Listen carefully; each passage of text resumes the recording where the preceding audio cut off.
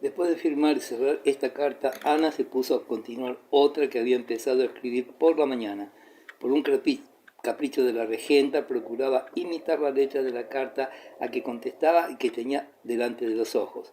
No que se queje de que estoy demasiado breve en mis explicaciones. Ya le tengo dicho, amigo mío, que Benítez me prohíbe, y creo que con razón, analizar mucho, estudiar todos los pormenores de mi pensamiento, no ya el hacerlo, solo el pensar hacerlo, el desmenuzar mis ideas, me da la aprensión de volver a sentir aquella horrorosa debilidad del cerebro. No hablemos más de esto, bastante hago si le escribo, pues prohibido me lo tienen. Pero entendámonos, lo prohibido no es escribir a usted. Hablo claro, lo prohibido es escribir mucho, sea a quien sea y sobre todo de asuntos serios. ¿Que cuando volvemos a Vetusta? No lo sé, Fermín, no lo sé. Que yo estoy mucho mejor, es verdad, pero quien manda, manda. Benítez es enérgico, habla poco, pero bien. Ha prometido curarme si se le obedece, abandonarme si se le engaña o se desprecian sus mandatos. Estoy decidida a obedecer. Usted me lo ha dicho siempre. Lo primero es que tengamos salud. ¿Que hay tibieza? Tal vez. No, Fermín, 1000 veces no. Yo le convenceré cuando vuelva. Que rezo poco, es verdad, pero tal vez es demasiado para mi salud. Si yo dijera a Quintanar o a Benítez el daño que me hace sana y todo, repetir oraciones, que en mis cartas no hablo más que de don Víctor y del médico. Pero, ¿de quién quiere que le hable? Aquí no veo más que a mi marido, y Benítez me acaba de salvar la vida. Tal vez la razón. Ya sé que a usted no le gusta que yo hable de mis miedos de volverme loca, pero es verdad, los tuve y les hablo de ellos para que me ayude a agradecer al médico, de quien tanto hablo, mi salvación intelectual, para que me hubiera querido mi hermano mayor del alma, sin el alma o con el alma oscurecida por la locura, que se acabó esto y se acabó lo otro. No y no, no se acabó nada. A su tiempo volverá todo, menos el visitar a doña Petronila. No me pregunte por qué, pero estoy resuelta a no volver a casa de esa señora y nada más. No puedo ser más ciega. Me está prohibido. Otra vez acabo de cenar. Su más fiel amiga y penitente agradecida, Ana Osores. Postdata. Que se conoce que tengo buen humor, también es verdad. Me lo da la salud. Si lo tuviera malo y pensara mal, creería que a usted le pesa mi buen humor, a juzgar por el tono de lo que dice. Perdón por todas las faltas. Anita leyó toda esta carta, tachó algunas palabras, meditó y volvió a escribirlas y encima de lo tachado.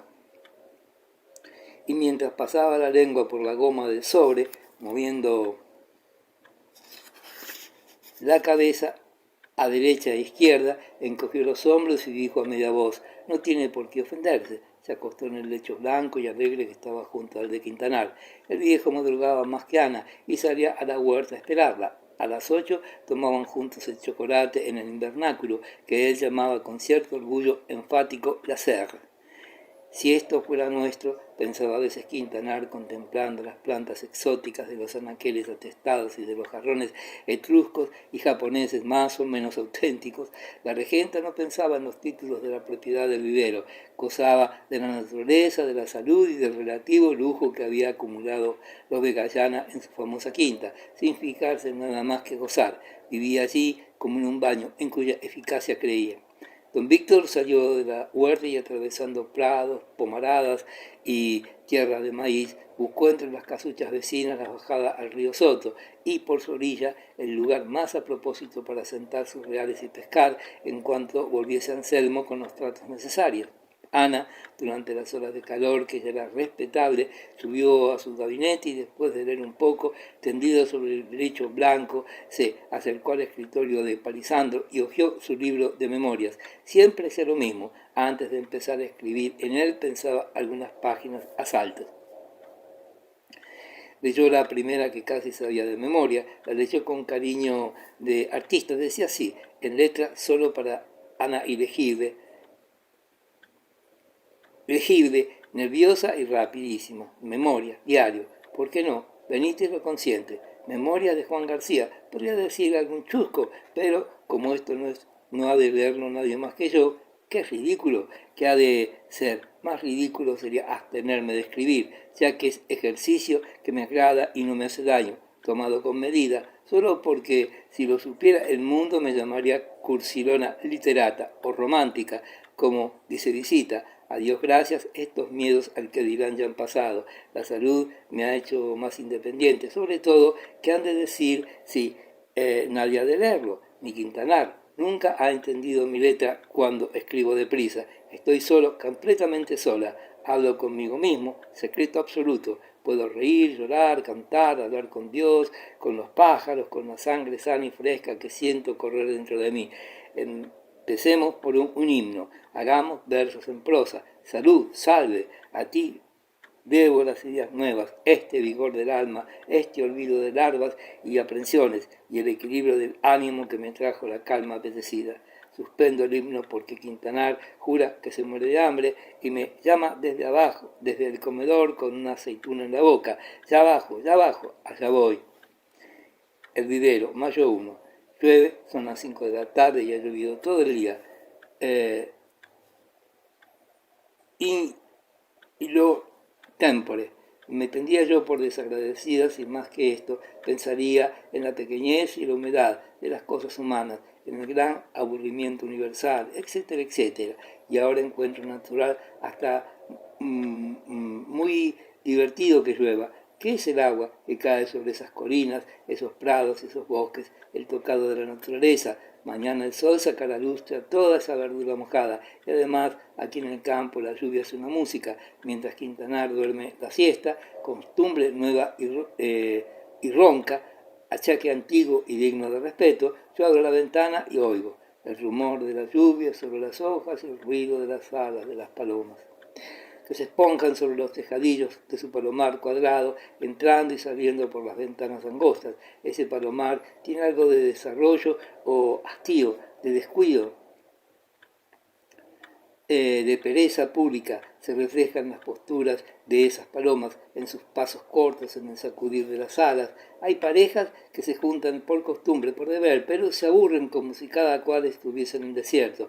De repente el macho, supongo que será el macho, tiene una idea, un remordimiento, improvisa una pasión que está muy lejos de sentir, y besa a la hembra, y hace la rueda, y canta el rucucucuá, y se eriza de plumas. Ella, sorprendida, sin sacudir la pereza, corresponde con tibias caricias y a poco, ambos fatigados, soñolientos, encontrando en la molicie de mojarse inmóviles, inflados, mayor voluptuosidad que en los devaneos, vuelven a su quietismo, tranquilos, sin rencores, sin engaños, sin quejarse de la mutua displicencia. Racionales palomas, Quintanar ronca, yo escribo, pie atrás, esto no iba bien, había algo de ironía, la ironía siempre tiene algo de bilis, los amargos abren el apetito, pero más vale tenerlos sin necesitarlos, a otra cosa. Llueve todavía, no importa, todo el diluvio no me arrancaría hoy un gesto de impaciencia. La ventana está cerrada, los regueros del agua rebalando por el cristal me borran el paisaje. Víctor ha salido con Frígilis, segunda visita del buen Crespo, el único grande hombre que conozco de visita, bajo un paraguas de pinón de pepa, el casero de los marqueses. Recorren como cobijados en una tienda de campaña el bosque de encinas con mi marido, llama siempre seculares. Van a comprobar no sé qué experimento de química, invención de Frígilis, según él. Dios les haga felices y les conserve los pies secos. Hoy me siento inclinada a la historia, a los recuerdos. No los tenemos. Poco más de 5 semanas han pasado y ya me parece de la historia antigua todo aquello. ¡Qué 3 días! Yo me figuraba estar prostituida de un modo extraño. Aquí la letra de la regenta se hace casi indescifrable para ella misma. Toda vetusta me había visto los pies desnudos en medio de una procesión casi del brazo de vinagre, y 3 días con los pies abrazados por dolores que me avergonzaban, inmóvil en una butaca. Llamé a Somoza, que se excusó, vino el sustituto Benítez, silencioso, frío, pero comprendí que me observaba con atención cuando yo no le miraba. De aquello lo explica la exaltación religiosa y la exquisita mordacidad con que decidí sacrificarme al bien de él, que creía ofendido por mis pensamientos y desaires. Benítez, cuando se decide hablar, parece también un confesor. Yo le he dicho secretos de mi vida interior como quien revela síntomas de una enfermedad. Conocía yo cuando le hablaba de estas cosas que él, a pesar de su rostro impasible, me estaba aprendiendo de memoria.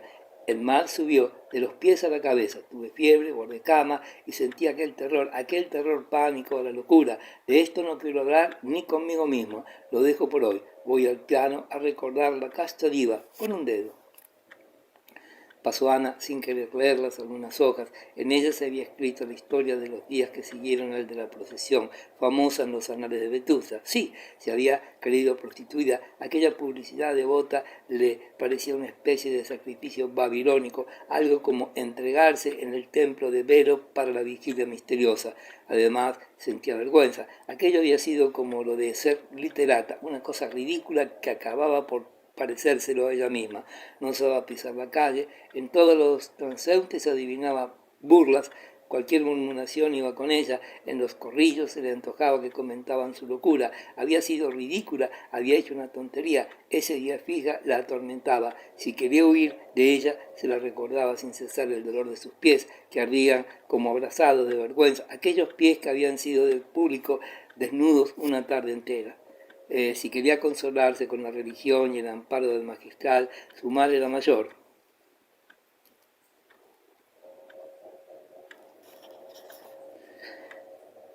Que sentía que la fe vigorosa, puramente ortodoxa, se derretía dentro de su alma. En cuanto a Santa Teresa, había concluido por no poder leerla, prefería esto al tormento de análisis reverente que ella, Ana, se entregaba sin querer al verse cara a cara con las ideas y las frases de la santa, y el magistral, aquella compasión intensa que la había arrojado otra vez a las plantas de aquel hombre ya no existía.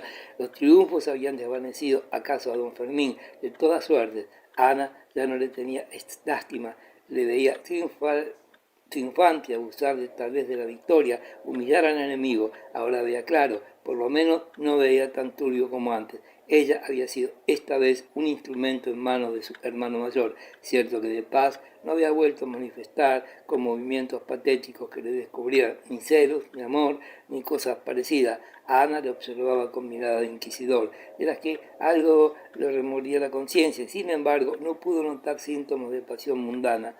Veía a ella mal, disimulaba el bien, o era que no había nada. Ello fue que la devoción antigua no volvió, que la fe se desmoronaba, que las antiguas teorías, que sin darse entonces cuenta de ellas, había oído a su padre. Ana las sentía dentro de sí.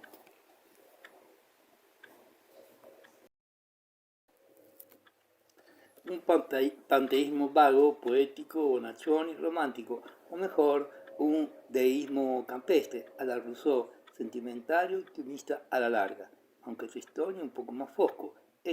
Todo esto mezclado era lo que, aunque tristón y un poco, encontraba ahora Ana dentro de sí y lo que se empeñaba en que fuera todavía pura religión cristiana. No quería ella ni apostatar, ni filosofar siquiera. También esto le parecía ridículo, pero sin querer las ideas, las protestas, las censuras venían en tropel a su mente y a su corazón. Esto era un nuevo tormento. A pesar de todo, seguía confesando a menudo con don Fermín. Le guardaba ahora una fidelidad consuetudinaria, temía los remordimientos si faltaba a lo que creía deber a aquel hombre. Temía sobre todo que si rompía sus relaciones devotas con él, volviese una reacción de lástima, arrepentimiento y piedad imaginarias que la arrastrase a otra locura, como la del Viernes Santo, tantas ideas y sentimientos encontrados, la vida retirada y la conciencia de que en ella algo padecía y se revelaba y amenazaba a estallar, fueron con causas que trajeron la crisis nerviosa que estaba curando a Benítez lo mejor que podía. Con todo el alma había creído a Ana que iba a volverse loca. A una exaltación sentimental sucedía un marasmo del espíritu que causaba atonía moral. Lo horrorizaba pensar que en tales días eran indiferentes para ella virtud y crimen, pena y gloria, bien y mal. Dios, como decía ella, se le hacía migajas en el cerebro, y entonces sentía un abandono ambiente y una flaqueza de la voluntad que la atormentaban y producía pánico. El extremo de la tortura era el desprecio de la lógica. la duda de las leyes, del pensamiento y de la palabra, y por último el desvanecimiento de la conciencia de su unidad. Crea la regenta que sus facultades morales se separaban, que dentro de ella ya no había nadie que fuese ella, Ana principal y genuinamente, y tras esto el vértigo, el terror que traía la reacción con gritos y pasmos periféricos. Por muchos días la olvidó para no pensar más que en su salud. La horrorizaba la idea de su locura y el miedo del dolor desconocido, extraño del cerebro descompuesto. Llamó a Benítez con todo el alma y a principios de la cura este mismo afán y el obedecer ciegamente las prescripciones del médico. Si algo dijo de alimentos, ejercicios y hasta baños, los más y lo principal lo recomendó al cambio de vida, a la distracción, al aire libre, a la alegría, a las emociones tranquilas, al campo, fue el grito de salvación, y Ana y Quintanar, que de buen susto se había llevado también, gritaron sin cesar desde la mañana a la noche, al campo, pero ¿dónde está el campo? Ellos no tenían en la provincia de Vetusta una quinta de recreo. Don Víctor continuaba siendo propietario en Aragón. Ana, en un arranque de valores y un valor mucho más heroico de lo que podía suponer su marido, se atrevió a decir: Quintanar, ¿qué te parece esta idea? Irnos a pasar unos meses hasta que vuelva el invierno. ¿A dónde? A tu tierra, a Almuña de Don Godino. Don Víctor de un salto. Hija, por Dios, yo soy viejo para un traqueteo tan grande de mis pobres huesos. La Almuña, con mil amores en otro tiempo, pero ahora yo amo la paz. Es claro, soy aragonés de corazón y digo lo que el poeta que es muy feliz, el que no ha visto más río que el de su patria. Pero yo soy a estas horas más vetustense que otra cosa, y otro poeta lo ha dicho también, el príncipe Esquilache, porque es la patria al que dichoso fuere donde se nace, no donde se quiere. La Almuña de Don Godino, ¿dónde íbamos a parar? Y además separarnos de Frígilis, de Don Álvaro, de los marqueses, de Benítez, imposible. No se pensó más en ello. Ana, en el fondo del alma, se alegró de lo muy vetustense que era aquel aragonés. Esta alegría se la ocultó a sí propia. Creyó haber cumplido con su deber en este punto. Pero, ¿a dónde irían a pasar aquellos meses de campo que Benítez exigía como condición indispensable para la salud de Ana? Un día se hablaba de esto en casa de Gallana. Estaban presentes, a más de Quintanar y los marqueses, Álvaro y Paco. El médico, decía el regente, exige que la aldea a donde vayamos ofrezca una porción de circunstancias difíciles de reunir. Veamos, dijo el marqués, ha de estar cerca de Vetusta para que Benítez pueda hacernos frecuentes visitas y para trasladar a Ana pronto a la ciudad en caso de apuro. Ha de ser bastante cómoda, amena, ofrecer un paisaje alegre, tener cerca agua corriente, hierba fresca, leche de vacas, qué sé yo. Don Álvaro tuvo una inspiración en aquel momento. Se acercó al pollo de Paco y dijo: el vivero. Paco adivinó y admiró. Solo el genio tenía aquellas revelaciones. Sin pensar en que secundaba planes mefistofélicos, dijo en voz baja: papá, no conozco más quinta que reúna las condiciones de Benítez que una, que está a nuestra disposición. Y a un tiempo alegres todos por el hallazgo, dijeron los marqueses y su hijo: el vivero. Bravo, bravo, eureka, repetía el marqués. Paco tiene razón, al vivero, se van ustedes al vivero. Y la marquesa: hermosa idea, qué gusto, y nos veremos a menudo antes de irnos a baños. Don Víctor protestó: ¿cómo el vivero? ¿Y ustedes? Nosotros no vamos este año, o iremos mucho más tarde, y cuando vayamos, cabremos todos. Y allí hemos dormido, cada cual con entera independencia, más de 20 personas, advirtió Álvaro. Es claro, aquello es un convento. No se hable más, no se hable más.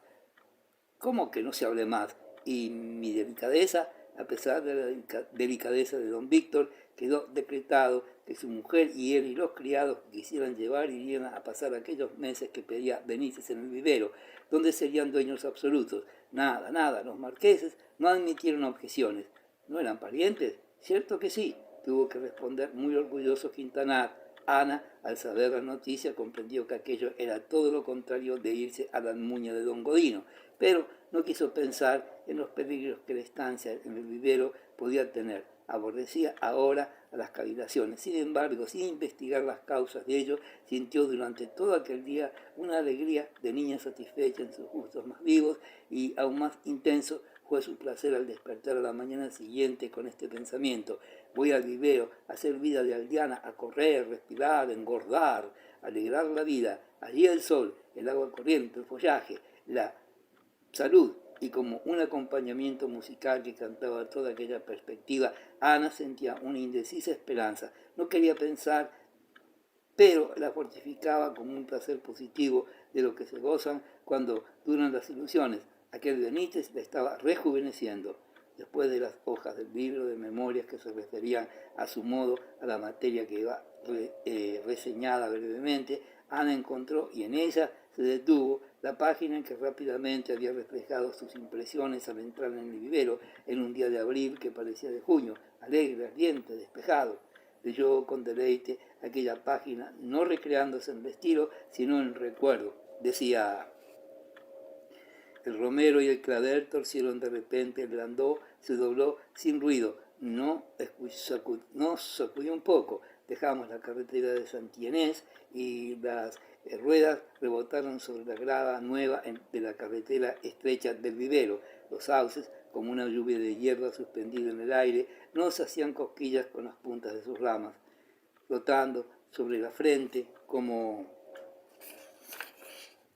cabello movido por el viento. Se abrió la gran puerta de la cerca vieja y los caballos arrancaron chispas del piso empedrado de la Quintana Vieja, despertando con el ruido resonancias en el silencio del palación cerrado y vacío. Pero por mi gusto nos hubiéramos quedado a vivir en aquella casa inmensa, con 2 torres de piedra parda y soportales con columnas, pero el coche siguió al trote. El marqués tenía la vanidad de hacer que la entrada al vivero habitable sea por aquí, por delante de la antigua mansión señorial. Las ruedas vuelven a callar como enfundadas. Romero y Claver machacan sin estrépito con los cascos briosos la arena tersa, blanca y blanda de la avenida ancha y flanqueada de petril de mármol con macetas y rosetones de verdura exótica. La nueva casa nos sonríe enfrente y delante de la coquetona marquesina de la entrada nos detenemos. Silencio general. Un momento. Habla el sol. Nosotros gozamos. La limpieza, la corrección, la elegancia parecen allí obra de la naturaleza, y el follaje, el esplendor de su verdura, los susurros del aire discreto, la hermosura de la perspectiva, los vuelos graciosos de miles de pájaros parecen importación del lujo. Riqueza y naturaleza se juntan allí. El sol, cortesano del confort, alumbra más. Cosa extraña, ya no había visto el vivero hasta ahora, lo que se llama ver. Hasta ahora nunca había comprendido esta armonía íntima del lujo y del campo. Está bien así. Debe haber rincones en la tierra en que no haya nada feo, ni pobre ni triste. Paco y la marquesa, que han venido a darnos posesión del vivero, comen con nosotros y de tarde, al caer el sol, se vuelven a Vetusta. Ya estamos solos. Examino toda la casa. En el piso bajo, salón, billar, gabinete, galería de costura, sobre el jardín rodeada de cristales, el comedor con paso a la estufa por la escalinata de mármol blanco.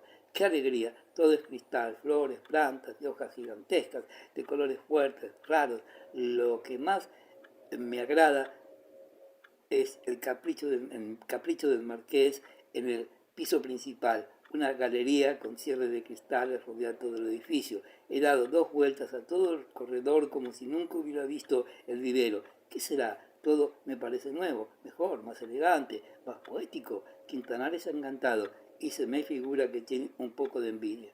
Vida excelente, la primavera entró en mi alma. Madrugo, el baño me fortifica y me alegra el espíritu. Tendida en la pila, con la mano en el grifo, dejo que el agua tibia me enerve y la fantasía, como en sopor, se detienen imágenes plásticas, tranquilas y suaves. Después tiemblo dentro de la sábana y vuelvo gozosa al calor de mi cuerpo, contenta de la vida que siento circular por mis venas. La cabeza está firme, jamás vienen a mortificarme ideas sutiles, alambicadas. Pienso poco, vagamente, y los pormenores de los accidentes ordinarios que me rodean absorben lo mejor de mi atención. Benítez puede estar satisfecho. Así la salud volverá con más fuerza. Vivir es esto, gozar del placer dulce de vegetar al sol. Y sin embargo, hay horas en que las vibraciones de las cosas me hablan de una música recóndita de ideas y sentimientos. ¿Qué es esta esperanza de un bien incierto? A veces se me antoja todo el vivero escenario de una comedia o de una novela. Entonces me parece más solitario el bosque, más solitario el palacio. Esta soledad parece meditabunda. Está todo en silencio, reflexivo, recordando los ruidos de la alegría y del placer que la tienen aquí, o preparándose a retumbar con la algazara de fiestas venideras. Insisto en ello, hay aquí algo de escenario antes de la comedia. Los vetustenses, que tienen la dicha de ser convidados a las excursiones del vivero, son los personajes de las escenas que aquí se representan. Obdulia, Visita, Edelmira, Paco, Joaquinito, Álvaro y tantos otros que han hablado aquí. Han cantado, corrido, jugado, bailado, reído sobre todo, y algo olfateo de la alegría pasada o algo presiento de la alegría futura. Sí, Quintanar dice bien, este es el paraíso. ¿Qué nos falta a nosotros en él? Según Quintanar, nada más que música. Ah, pues por música que no quede. Corro al salón a tocar la dona inmóvil con el dedo. Índice, mi único dedo músico. ¿Qué curso es esto? Según Obdulia, una dama que no sabe tocar el piano más que con un dedo. Quintanar es feliz y es tan bueno como me cuida, que agasajos, que mimos, parece otro. Piensa más en mí que en la marquetería. Pasa días enteros sin cerrar nada. No hay alma que no tenga su poesía en el fondo. Su alegría es demasiado bulliciosa para ser sincera. Yo no podría vivir aquí sin él. Imagínole ausente, me veo aquí sola y tengo miedo y siento la soledad. Luego no me estorba, luego su compañía me agrada.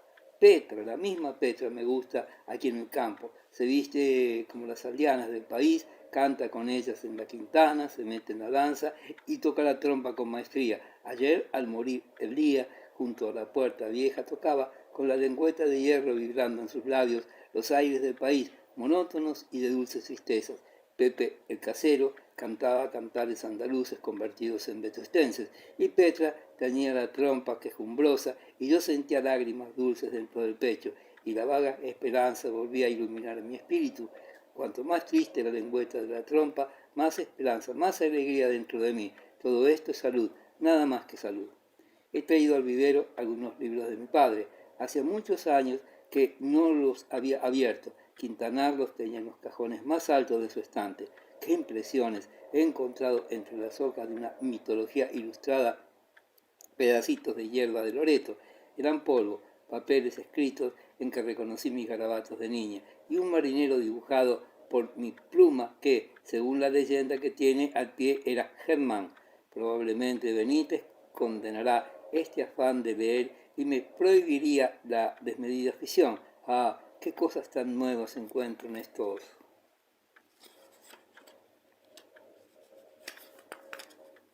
libros que apenas entendían Loreto, los dioses, los héroes, la vida, al aire libre, el arte por religión, un cielo lleno de pasiones humanas, el contento de este mundo, el olvido de las tristezas hondas, del porvenir incierto, un pueblo joven, sano, en suma. Quisiera saber dibujar para dar formas a estas imágenes de la mitología que me asedian. Ana, después de leer estas y otras páginas, escribió sus impresiones de aquellos días. Don Víctor vino a interrumpirla para anunciarle que ya había instalado su tienda de campaña a la orilla del río, en el paraje más ameno y fresco, junto a una mancha de sombra en el agua donde infaliblemente habría truchas. Desde aquella tarde pescaron poco, pero muy alabado. Ana leía sentada en su banqueta de lona blanca con francas azules, mientras sujetaba la caña con la mano izquierda, sin más fuerza que la necesaria para que la corriente no la llevase. Mientras ella, a orillas del río Soto, a media legua de Vetusta, en compañía de su Quintanar, dejaba a las truchas escapar muertas de risa, su imaginación, vuelta a los tiempos y a los parajes clásicos, se bañaba en el cefiso, aspiraba los perfumes de las rosas del tempé, volaba al escalmandro, subía al Taijeto y saltaba de isla en isla de Lesbos a las Cíclades, de Chipre a Sicilia. Día hubo en que viajaba con Baco, Anita, recorriendo la India o bien navegando en el barco prodigioso de cuyo mástil floreciente pendían racimos y retorcidos tallos, y tuvo que saltar de repente a la prosaica orilla del Soto, llamada por la voz del ex regente que gritaba: «Pero muchacha, que te están comiendo el cebo». No importaba, Ana era feliz y Quintanar también. Pareces otro, se decía ella. Parece otra, pensaba él.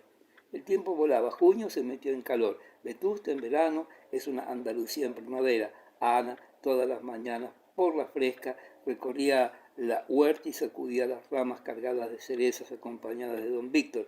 Pepe, el casero y Petra llenaban grandes cestas forradas con hojas de higuera y aquellos corales húmedos y relucientes, y la regenta sentía singular voluptuosidad, sana y risueña al pasar a la finísima mano blanca por las cerezas apiñadas sobre la verdura de las hojas anchas y bordadas. Aquellas cestas iban a Vetusta, a casa del marqués y a veces a las de sus amigos. Una mañana vio Ana que Petra y Pepe llenaban de la más colorada fruta un canastillo de paja blanca y de colores. Ana se acercó a ayudarlos. De pronto dijo: ¿para quién es esto? Para don Álvaro, contestó Petra. Sí, voy a llevárselo yo mismo a la fonda, añadió Pepe, sonriendo ya a la propina que veía en lontananza. Ana sintió que su mano temblaba sobre las cerezas y aquel contacto le pareció de repente más dulce y voluptuoso. Y cuando nadie la veía, a hurtadillas, sin pensar lo que hacía, sin poder contenerse, como una colegiala enamorada, besó con fuego la paja blanca del canastilla, besó las cerezas también, y hasta mordió una que dejó allí, señalada apenas por la huella de 2 dientes, y asustada de su desfachatez, pensó todo el día en la aventura, sin vergüenza. También esto era cosa de la salud. La víspera de San Pedro, por la noche, el magistral recibió del marqués de Vegallana, invitándolo a pasar el día siguiente, desde la hora en que le dejasen libres sus deberes de la catedral, en el vivero, en compañía de los dueños de la quinta y sus actuales inquilinos, los señores de Quintanar, más otros muchos buenos amigos. Pertenecía el vivero a la parroquia rural de San Pedro de Santianés. Pepe, el casero, era aquel año factor de la fiesta de la parroquia y pensaba echar la casa por la ventana para no dejar mal al señor marqués. Anita, en la postdata de su última carta, decía al confesor: el marqués me ha dicho que piensa invitar a usted a la romería de San Pedro. Somos nosotros los factores. Supongo que no faltará usted. Sería un solemne desaire. No, no faltaré, pensaba don Fermín, dando vueltas en la cama. Ojalá tuviera valor para faltar, para despreciaros, para olvidarlo todo, pero ya estoy cansado de luchar con esta maldita obsesión que me vence siempre. Si he de acabar por ir, si estoy seguro de que al fin he de tomar el camino del vivero, más vale ahorrarme el tormento de la batalla y declararme vencido. Iré. Y no pudo dormir una hora seguida en toda la noche, pero esto era achaque antiguo ya. Desde que Anita había vuelto a engañarle, don Fermín no gozaba hora de sosiego. Como el marqués no le había invitado a hacer el viaje en su coche, lo cual tal vez indicaba cierta frialdad premeditada, que de paz fingía no sentir, tuvo el señor canónigo que ir en persona a alquilar una berlina. Mandó que le esperase fuera del espolón a las 10 en punto. Fue a la catedral, pero no pudo parar allí, y a las 9:30 ya estaba en medio de la carretera de Santianés o del vivero, paseándola a lo ancho, agitado, pálido, de un humor de 1000 diablos. ¿A qué voy allá? De fijo, estaba el otro. ¿Qué voy a hacer allí? Maldito vivero. La berlina tardaba, de paz daba pataditas de impaciencia. Por fin llegó el coche destartalado, sucio, a paso de tortuga. Al vivero escape, gritó don Fermín, dejándose caer como un plomo sobre el asiento duro que crujió. Sonrió el cochero, sacudió un latigazo al aire, el caballo extenuado saltó sobre la carretera 2 o 3 minutos y, como si aquello fuese una falta de formalidad indigna de sus años, que eran muchos, volvió al paso perezoso, sin protesta de nadie. El magistral recordó que en aquella misma berlina otro coche de la misma casa, por lo menos pocas semanas antes, iba a ir llorando de alegría, llena el alma de esperanzas, de proyectos que le hacían cosquillas en los sentidos y en lo más profundo de las entrañas. Y ahora un presentimiento le decía que todo había acabado, que Ana ya no era suya, que iba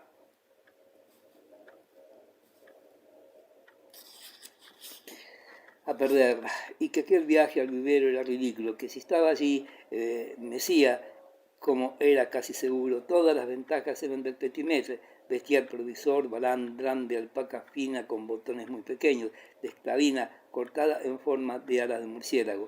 tenía algo en su traje del que luce Mefistófeles en el Fausto en el acto de la serenata. Había deliberado mucho tiempo a solas qué ropa llevaría. Cada vez le pesaba más la sotana y le abrumaba más el manteo. El sombrero de teja larga era odioso, demasiado corto, era cursi, ridículo, parecía cosa de don Custodio, muy cerrado, antiguo, muy abierto, indigno de un vicario general. Iría de levita, padre retro. No, el cura de levita se convierte por fuerza en un cura de aldea o en un clérigo liberal. El magistral muy pocas veces recurría a tal indumentaria, o si le fuera lícito vestir su traje de cazador, sus amarras ceñidas, su pantalón fuerte y apretado al muslo, sus botas de montar y su chambergo, entonces sí, iría de paisano, y la vanidad le decía que en tal caso no tendría que temer al parangón con el arrogante mozo a quien aborrecía, sí, a quien aborrecía. Don Fermín ya no se lo ocultaba a sí mismo, no daba nombre a su pasión, pero reconocía todos sus derechos y estaba muy lejos de sentir remordimientos. Él era cura, una cosa ridícula, puestas las cosas en el estado en que habían llegado, había comprendido que Ana sentía repugnancia ante el canónigo, en cuanto el canónigo quería demostrar que además era hombre, y si era hombre, vive Dios, que era hombre, y tanto más que el otro, capaz de deshacerle entre sus brazos, de arrojarle tan alto como una pelota, dejaba de pensar en sus tristezas y en su cólera, miraba como tonto los accidentes del paisaje, los palos de telégrafo que iban dejando atrás de tarde en tarde. Tuvo que levantar los vidrios de las ventanillas porque el polvo le sofocaba, el sol le aburría y le picaba, no había cortinas, el viaje se hacía interminable, aquella media legua se había estirado indefinidamente. El marqués se había portado como un grosero, no ofreciéndole un asiento en su coche. La culpa la tenía él, que había aceptado el convite. Pero qué remedio. Oyó el estrépito de cascos de caballos que machacaban la grava reciente detrás de la berlina. Se asomó a ver quiénes eran los jinetes y reconoció a don Álvaro y a Paco, que pasaron al galope de dos hermosos caballos blancos de pura raza española. Ellos no le vieron. El placer de la carretera los llevaba sordos y no repararon en la mísera berlina que seguía el paso, incapaz de toda noble emulación. El mísero jaco de alquiler siguió caminando lo menos posible, seguro de que la felicidad no estaba en el término de ninguna carrera de este mundo. Para comer mal, siempre se llega a tiempo. Esta era toda su filosofía. El cochero debía ser discípulo del caballo. Cuando el magistral llegó al vivero no había ningún convidado en la casa, ni los marqueses ni los de Quintanar estaban tampoco. Petra se le presentó vestida de aldeana con una coquetería provocativa, luciendo rizos de oro sobre la cabeza, el dengue de pana sujeto atrás sobre el justillo de ramos de seda escarlata muy apretado, el cuerpo esbelto, la saya de bayeta verde de mucho vuelo cubría otra roja que se deslumbraba cerca de los pies, calzados con botas de tela. Estaba hermosa y segura de ella. Sonrió el magistral y dijo: los señores están en San Pedro. Ya lo suponía, hija mía, pero vengo muerto de sed y la aldeana, fingida, sirvió en la glorieta del jardín al magistral un refresco delicioso que improvisó con arte. Dios te lo pague, Petrica. Y hablaron. Hablaron de la vida que hacían allí los señores. Petra dijo que doña Ana parecía otra. Qué alegre, qué revoltosa. Nada de encerrarse en la capilla horas y horas, nada de rezar siglos y siglos, nada de leer a Santa Teresa eternidades. Vamos, y la otra. ¿Y salud? Como un roble. ¿Y el señorito Paco vino? Preguntó de repente de paz. Sí, señor. Hará un cuarto de hora. Llegaron él y el señorito Álvaro, a caballo, a escape. Tomaron un reflejo como usted y corrieron a San Pedro. Creo que no habían oído misa y quisieron coger la de la fiesta. En aquel momento, hacia oriente, sonaron estrepitosos estallidos de cohetes cargados de dinamita. Ya estarán al alzar, dijo la doncella. Petra observaba con el rabillo del ojo la impaciencia del magistral, que preguntó: la iglesia está cerca, creo, saliendo por ahí, por el bosque, ¿verdad? Sí, señor, pero hay 3 callejas que se cruzan y puede darse en el río en vez de, si quiere usted ir, le acompañaré yo misma. Ahora no tengo nada que hacer allá adentro. Si eres tan amable. Petra echó a andar delante del magistral. Por un postigo salieron de la huerta y entraron en el bosque de corpulentas encinas y robles retorcidos y ásperos. ocupaba el bosque, las laderas de una loma y el altozano, que era lo más espeso. Subía un repecho y don Fermín veía los vascos irisados de chillona bayeta que mostraban sin miedo Petra, más algo de la muy bordada falda blanca y una media de seda calada, refinada, coquetería que quitaba propiedad al traje y por lo mismo le daba picante atractivo. ¡Qué calor, don Fermín!, decía la rubia, enjugando el sudor de la frente con pañuelo de batista barata. Mucho, Rubita, mucho, respondió el magistral, desabrochándose el maldito alandrán y soplando con fuerza. Y eso que a usted la fatiga no debe rendirle, que allá en Matararejo tengo entendido que corre como un gamo por los vericuetos. ¿Quién te lo ha dicho a ti? Bah, Teresina, sois amigas, ¿eh? Mucho, silencio. Los dos meditan. El canónigo reanuda el diálogo. No creas, yo aquí donde me ves soy un aldeano, juego a los bolos que ya. Petra se detuvo y se volvió para ver a don Fermín, que hacía el ademán de arrojar una bola de roble por la cóncava bolera delante. Rió la doncella y continuando la marcha dijo: no, que es usted fuerte, no necesita decirlo, bien a la vista está. Callaron otra vez. Detrás de la loma y ya más cerca estallaron cohetes de dinamita y enseguida la gaita y el tamboril de timbre tembloroso, apagadas las voces por la distancia, resonaron a través de la hojarasca del bosque. La gaita hablaba a las entrañas del provisor y de Petra. Ambos aldeanos volvieron a mirarse y a sonreírse. Ya vuelven, dijo Petra, deteniéndose de nuevo. ¿Llegamos tarde? Sí, señor. La comitiva tomará el camino de la calleja de abajo y cuando lleguemos nosotros a la iglesia ya estarán en el vivero. De modo que es mejor volvernos. Ay, don Fermín, perdóneme usted este paseo, esta molestia. No, hija, no hay de qué. Al contrario, aquí se está bien, esta sombra, pero ya estoy algo cansado y con tu permiso, entre aquellas raíces, sobre aquel montón verde y fresco de hierba segada, ¿eh? ¿Qué te parece? Voy a sentarme un rato. Y lo hizo como lo dijo.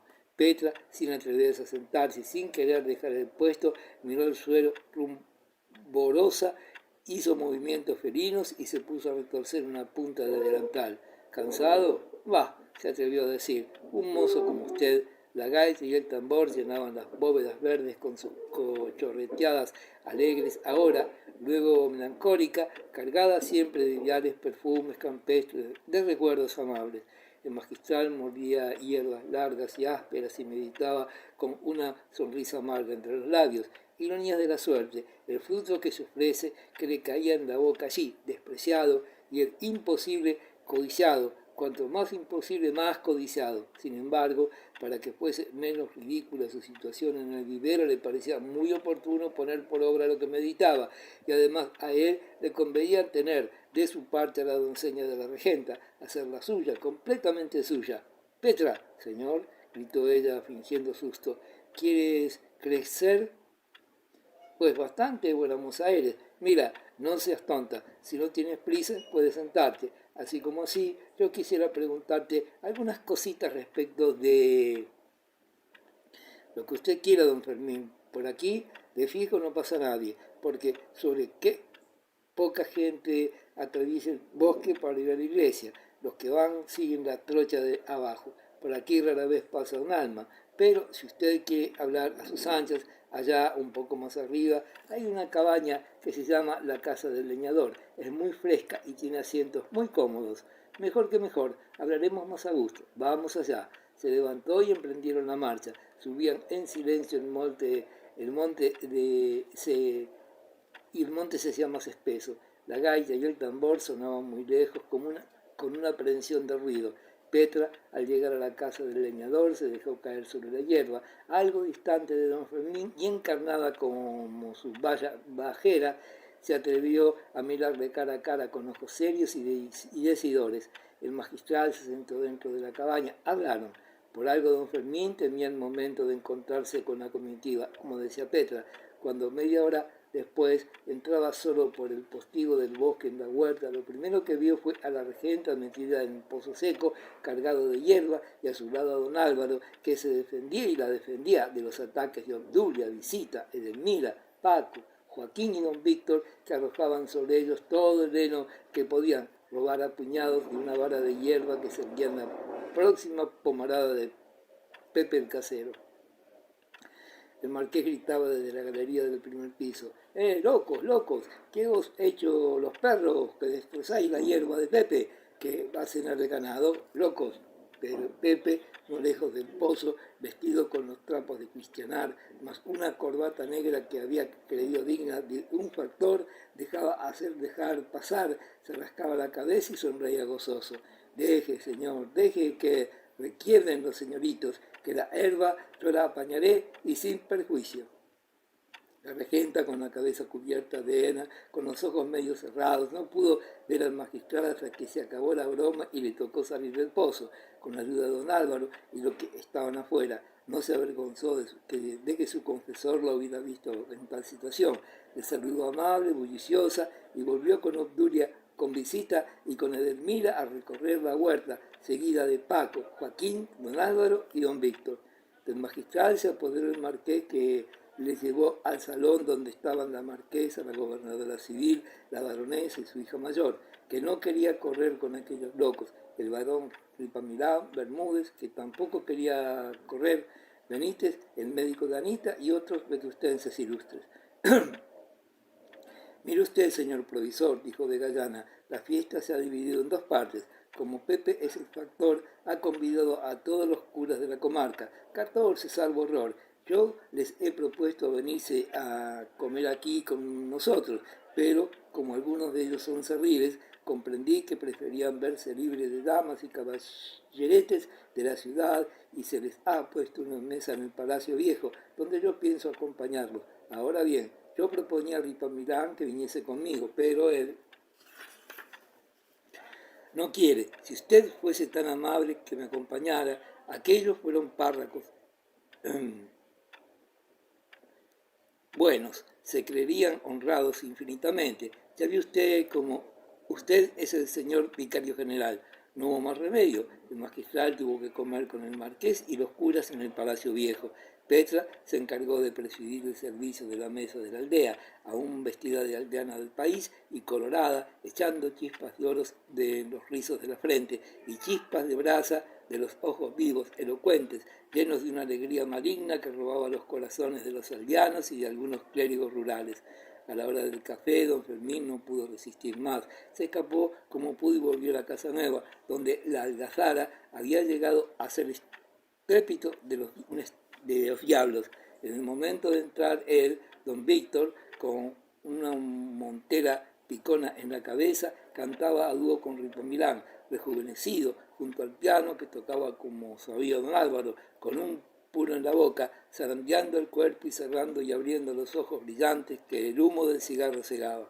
Las señoras no estaban allí. La marquesa, la gobernadora y la baronesa paseaban por la huerta. La gente joven, Obdulia, Visita, Ana, Edelmira y la niña del varón corrían solas por el bosque. Se las oía gritar desde la galería de cristales. Obdulia, Visita y Edelmira llamaban con aquellas carcajadas y chillidos a los hombres. Así lo comprendió Joaquín, que propuso a Paco dejar el concierto de Quintanar y don Cayetano y correr detrás de aquellas. Deja, luego, decía Paco, que gozaba mucho con las canciones antiquísimas de Ripamilán y ya se iba cansando a ratos de su prima. Cuando Quintanar y el arcipreste se quedaron roncos, que fueron pronto, se dejaron el piano y se cumplieron los deseos de Orgaz. Él, Paco, Mesía y Bermúdez salieron de la casa y entraron en el bosque. Ya no se oían los gritos de aquellas. ¿Se habrían escondido? Eso debía ser. A buscarlas, cada cual por su lado. Magnífico, magnífico. Se dispersaron y pronto dejaron de verse unos a otros. Bermúdez, en cuanto se sintió solo, se sentó sobre la hierba. Un encuentro a solas con cualquiera de aquellas señoras y señoritas en un bosque espeso de encinas seculares le pareció una situación que exigía una oratoria especial de la que no se sentía capaz. Y sin embargo, qué deliciosa podría ser una conferencia íntima con Obdulia o con Ana sobre la verde alfombra. El magistral tuvo que quedarse con Ripamilán, don Víctor, el gobernador, Benítez y otros señores graves. Benítez era joven, pero prefería hacer la digestión sentado y fumando un buen cigarro. Don Víctor se acercó al médico en el hueco de un balcón y de paz pudo oír el diálogo que hablaron. Oh, no puede usted figurarse cuánto le debo. ¿A mí? Don Víctor, sí, a usted. Ana es otra. Qué alegría, qué salud, qué apetito. Se acabaron las cavilaciones, la devoción exagerada, las aprensiones, los nervios, las locuras, como aquella de la procesión. Ah, cada vez que me acuerdo se me crispan los... Pues nada, ya no hay nada de aquello. Ella misma está avergonzada de lo pasado. Se ha convencido de que la santidad ya no es cosa de este siglo. Este es el siglo de las luces, no es el siglo de los santos. ¿No opina usted lo mismo, señor Benítez? Sí, señor, dijo el médico sonriendo y chupando su cigarro. De modo que usted opina que mi mujer está curada del todo. Radicalmente.